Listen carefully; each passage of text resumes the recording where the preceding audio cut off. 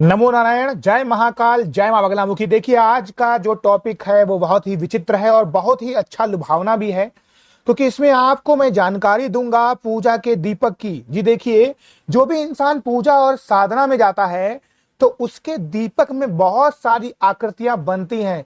पर क्या आपको पता है कि आपका पूजा का दीपक भी आपको बता सकता है कि आपके साथ कौन सी शक्ति चल रही है, देवता है या भूत प्रेत हैं? किस प्रकार की शक्ति आपके साथ है? मैंने ऐसे बहुत से लोगों को जिनको दीक्षा दी हुई है वो मुझे आकृति भेजते रहते हैं व्हाट्सएप पे कि गुरुजी मेरे उसमें ये आकृति बन रही है।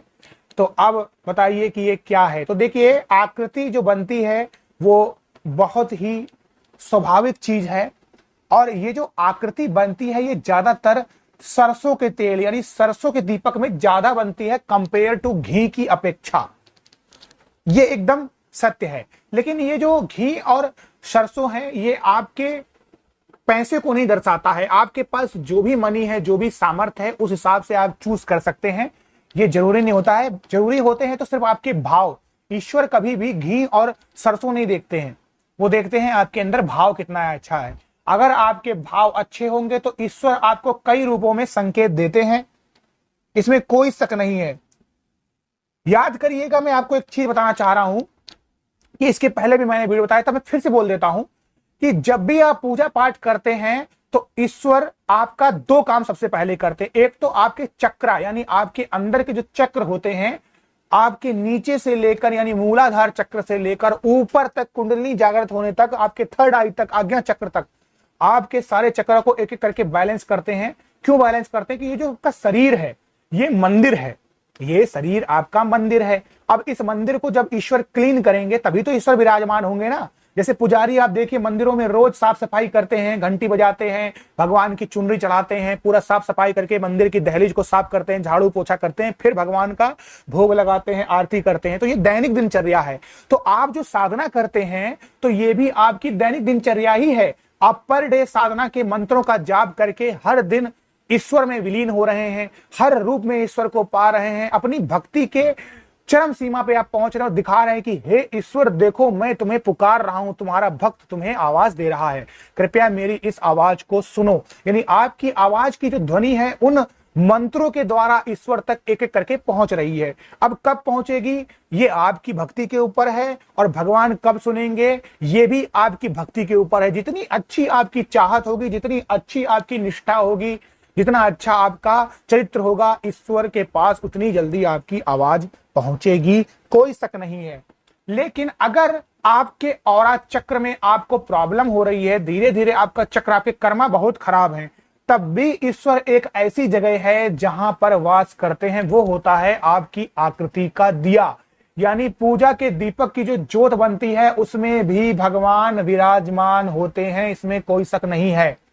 तो भगवान विराजमान होते हैं पूजा के दीपक में। अब जैसे ही आप मार्ग चुनते हैं, दक्षिण मार्गी, वाम मार्गी, यानी आप वैदिक पूजा करके भगवान को प्रसन्न करते हैं या तंत्र पूजा करके भगवान को प्रसन्न करते हैं, ये आपके ऊपर है। आप स्वतंत्र हैं, कोई प्रॉब्लम नहीं है, आपके ऊपर है आप कौन सा मार्ग चुन रहे हैं। आप भगवान की पूजा भी कर सकते हैं, आप शैतान की पूजा भी कर सकते हैं। लेकिन किसी कारणवश अगर आपने शैतान की पूजा की है तो आपके पूजा में आकृतियां नहीं बंद होंगी, आपका दिया ही बुझ जाएगा, क्योंकि शैतान ज्योति में कभी भी नहीं आ सकता है। तो ये कंफर्म करके आप मान लीजिए। लेकिन कोई ऐसा शैतान है जो ब्रह्म राक्षस है, थोड़ा सा ज्यादा पावरफुल है, तो वो ज्योति में भी आ जाता है, क्योंकि ब्रह्म राक्षसों के ऊपर मंत्रों का जाप प्रभावी नहीं होता है। तब प्रभावी होगा कि जब आप बहुत उच्च कोटि की साधना कर रहे होंगे, एक अच्छे साधक होंगे, या फिर आप किसी एक ऐसे देवी देवता को पूजते आ रहे हो जिनकी शक्ति बहुत शक्तिशाली होगी, जैसे 10 महाविद्याओं में, जैसे भैरव में, जैसे बजरंगबली, संकट मोचन हनुमान जी। तो मंत्र काम करते हैं, कोई शक नहीं है। लेकिन ब्रह्म राक्षसों को हटाने में बहुत सारे मंत्रों का जाप करना पड़ता है। इवन मां बगलामुखी के ब्रह्मास्त्र माला जो मंत्र होता है, जो पाठ जिसका 500 वर्ड का होता है, उसके भी ऐसे 51,000 पाठ पढ़ने पड़ते हैं तब ये हटता है। तो हटता जरूर है, इसमें कोई शक नहीं है। यानी कह सकते हैं कि देर है पर अंधेर नहीं है, तो देर तो है। तो कहने का मतलब इतना ही है कि ज्योति में। अब दूसरी बात आती है यहां पर, अगर आपकी पूजा भक्ति में कहीं पर भी कोई त्रुटि हुई है, देखिए कुल देवी देवता का मैंने वीडियो बहुत अच्छा बनाया है और इतना गुण किसी ने अभी तक इस पूरे यूट्यूब में नहीं बताया है कुल देवी देवता के बारे में जो मैंने बनाया है। तो आप देखिए, उसको सुनिएगा ध्यान से, उसको समझिएगा। तो कुल देवी देवता अगर आपसे रुष्ट हैं, आपके पूर्वज आपसे रुष्ट हैं, तब दिक्कतें ये आ जाती हैं कि आप जो भी पूजा पाठ करते हैं तो उसका भोग होता है वो राक्षस ले जाता है, तब भी वहां पर आकृति बनती है। अगर आपकी पूजा में त्रिशूल की आकृति बन रही है, चंद्रमा की आकृति बन रही है, आपकी पूजा में बिंदु टाइप का एक दिव्य गोला बन रहा है, फूल की आकृति बन रही है, किसी प्रकार के भगवान के आकृति बन रही, गणेश जी की सूंड बन जाती है, आपको माता दुर्गा का सिंह वाहन मिल जाता है, आपको हाथी दिख रहा है, तो ये बहुत अच्छे अच्छे संकेत हैं, मतलब अच्छी शक्ति आपके साथ है, देवता आपके साथ है।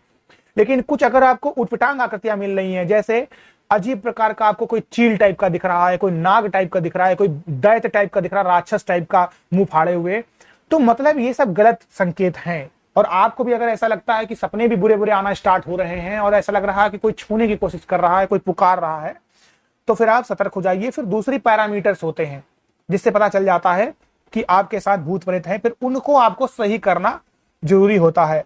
तो पूजा का दीपक जो होता है वो बहुत आसानी से बता देता है। और अगर आप चाहते हैं कि इनमें से कोई कुछ ना हो तो अपनी भक्ति को सही करके रखिए, अपने आसपास रक्षा कवच का घेरा लगाइए।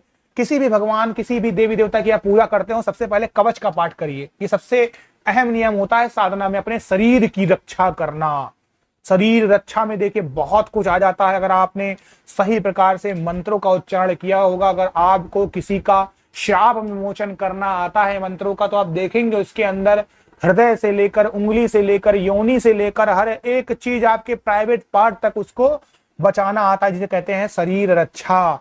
तो आज का मेरा वीडियो बनाने का उद्देश्य इतना ही था कि आपके पूजा के दीपक भी आपको बताते हैं कि आपके साथ कौन सी शक्ति है, देवी शक्ति है या भूत प्रेत है। बहुत आसानी से आप पता लगा सकते हैं। नमो नारायण, जय महाकाल, जय मां बगलामुखी।